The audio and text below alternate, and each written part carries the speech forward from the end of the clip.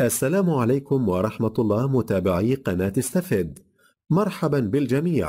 إذا كنت من المتابعين الجدد اشترك الآن في القناة ليصلك الجديد بالضغط على الزر الأحمر أسفل القناة مع تفعيل الجرس، ولا تنسوا دعم المقطع بلايك. شكرا لكم جزيل الشكر. ضمادة الزنجبيل تزيل البلغم من الرئتين في ليلة واحدة وتعالج السعال الكريه. العطاس والسعال قد يتفاقمان بقوة، وإن لم تسارعوا إلى معالجتهما فقد ينغصان عليكم مخططاتكم لأيام وأسابيع. وعندما تصابون أنتم أو أحد أطفالكم بالسعال تحارون ماذا تفعلون، لكن نقدم لكم طريقة طبيعية تخلصكم من السعال فورا. إن محاولة النوم وأنت تسعل تجربة بغيضة بدون شك، وكثيرا ما تفشل، والأطفال الصغار بشكل خاص قد يتأثرون كثيرا بهذا السعال لأن مناعتهم ضعيفة.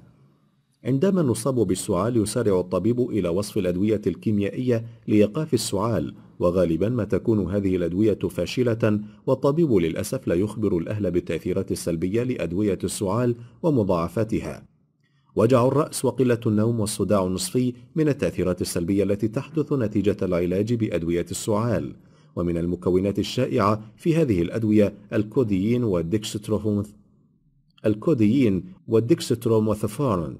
عليكم أن تضعوا في بالكم أن المكونات الطبيعية أهم كثيرا من الأدوية الصناعية.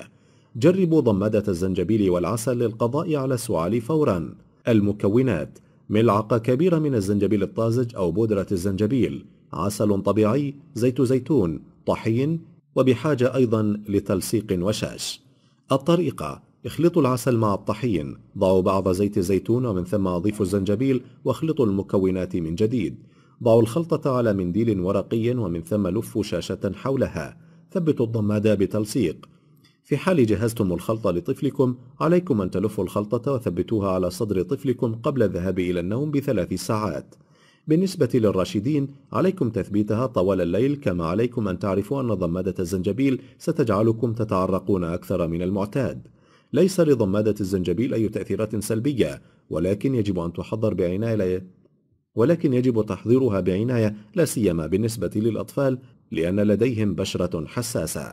في النهاية نسأل الله لنا ولكم العفو والعافية.